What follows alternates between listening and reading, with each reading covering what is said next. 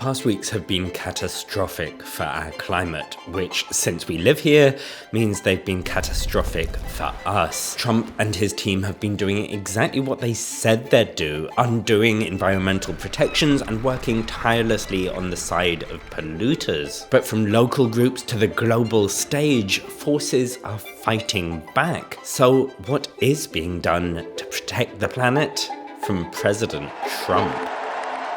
I'm Adam, a climate scientist with a PhD from Oxford, sharing what you need to know about climate change. And to help us understand what's been going on in the United States, I'm joined by my friend and real-life American, Becky. Hi, Becky. Hey, Adam. I work in city sustainability and climate communications, and I'm getting a master's degree in energy and environmental management. Becky has her own fantastic YouTube channel on climate change called The Beckosphere. And Adam actually joined me on a video on the Beckosphere. Link for that in the description and at the end of this video. Okay, but back to Trump. From an international perspective, the biggest headline has been Trump announcing that he's pulling the US out of the Paris Climate Agreement. Withdrawal from the Paris Climate Treaty.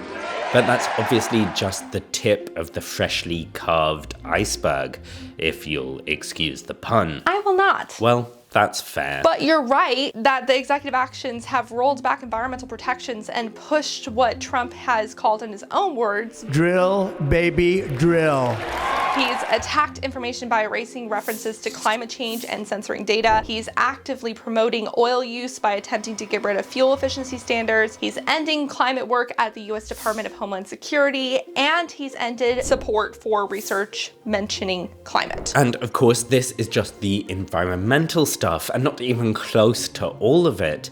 There's also all the other stuff, from rounding up people who've migrated to the United States, to actively promoting inequality and exclusion, and publicly pushing for the ethnic cleansing of Gaza. And let's remember that Trump has only been in office at the time of recording 4.5 weeks. If you want to know more about what Trump's been up to, Becky has you covered. She's been covering it excellently on her channel. But I don't want to focus on all that today. Okay, so what do you want to focus on? I want to focus on Fred Rogers. For people who didn't grow up with him, Fred Rogers was the host of an iconic, groundbreaking TV show called Mr. Rogers' Neighborhood. And I want to reflect on Fred Rogers' words, or rather, Fred Rogers' mother's words. My mother used to say, whenever there would be catastrophe, she would say, always look for the helpers. Because if you look for the helpers, you'll know that there's hope. So let's talk about what people and organizations are doing to help the climate in these scary times. Let's start out by looking at research, a topic which is, of course, incredibly close to my heart. Trump is clamping down on research across the board, and environmental work is getting especially hammered. But researchers have been preparing for this, for example, by backing up data. The Environmental Data and Governance Initiative is monitoring changes to government websites and is trying to preserve federal environmental data. Over the past 4 years, agencies under Biden were also preparing for a potential Trump presidency, for example, by changing how they report misconduct, so that report doesn't just go straight to someone Trump appointed. Which obviously could have been a problem if that misconduct is connected to Trump in the first place. And in 2023, a memorandum from the White House Office of Science and Technology Policy, what a mouthful, made an effort to properly define scientific integrity in a way that would protect it from attack. And look, it's not like this stuff is watertight, but the point is that agencies have known this time is coming and have been doing their best to build up defenses. On top of that, organizations are being strategic in how they describe their work. To protect funding, organizations are removing phrases like climate change from their work or changing how they frame what they do.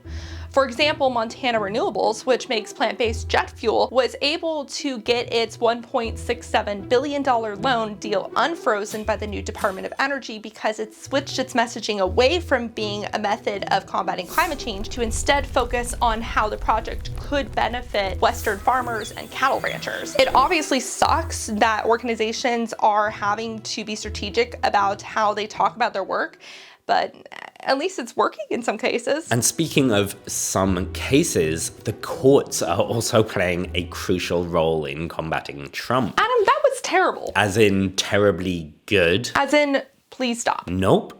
But look, legal organizations have also been gearing up for Trump's second term.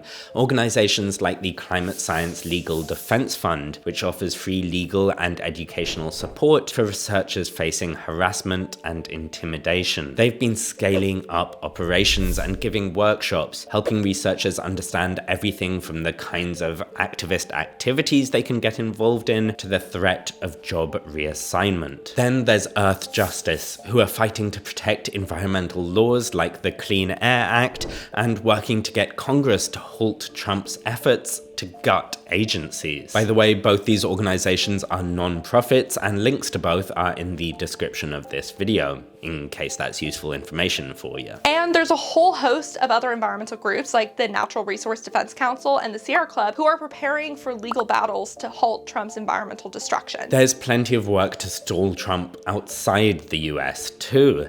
The United Nations climate chief has said that despite the US quitting the Paris Climate Agreement, others are already stepping into their place to seize the opportunity and to reap the massive rewards. Yeah, but he would say that. Honestly, that's fair. It's his job to hype up international climate action, and the reality is that the vast majority of countries have missed the deadline to update their climate targets, which isn't unusual. The whole system reeks a bit of kids seeing what they can get away with the substitute teacher.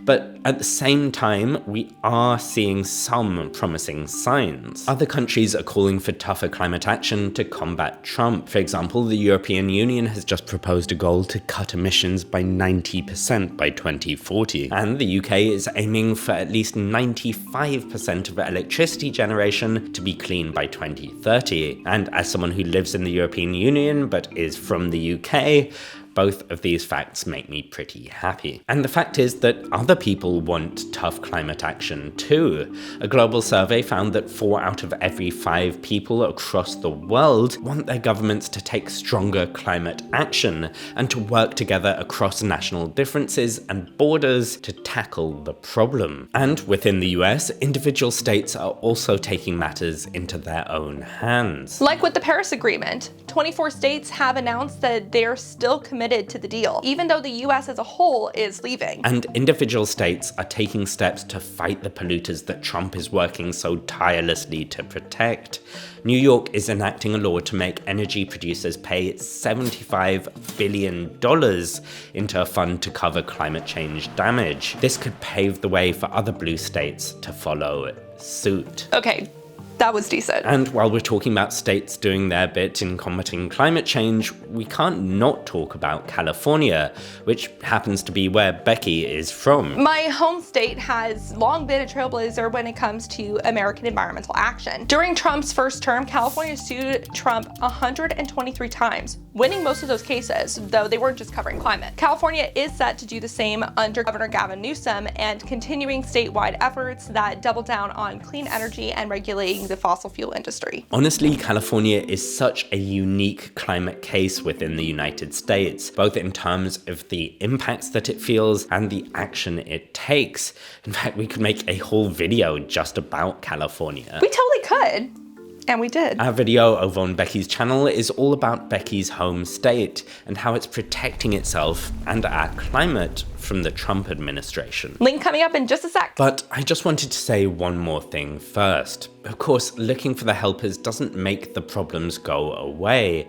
There is so much unprecedented damage being done right now, and the point of this video isn't that other countries and organizations are going to be able to magically fix all that. The thing is, when I look for the helpers, I'm not just looking for reassurance, though obviously that's nice. I'm also looking for inspiration for how I can help too. Okay, here's the link now, and make sure to subscribe to Becky's channel too while you're there. Okay, until next time. Bye. Okay, bye, Adam.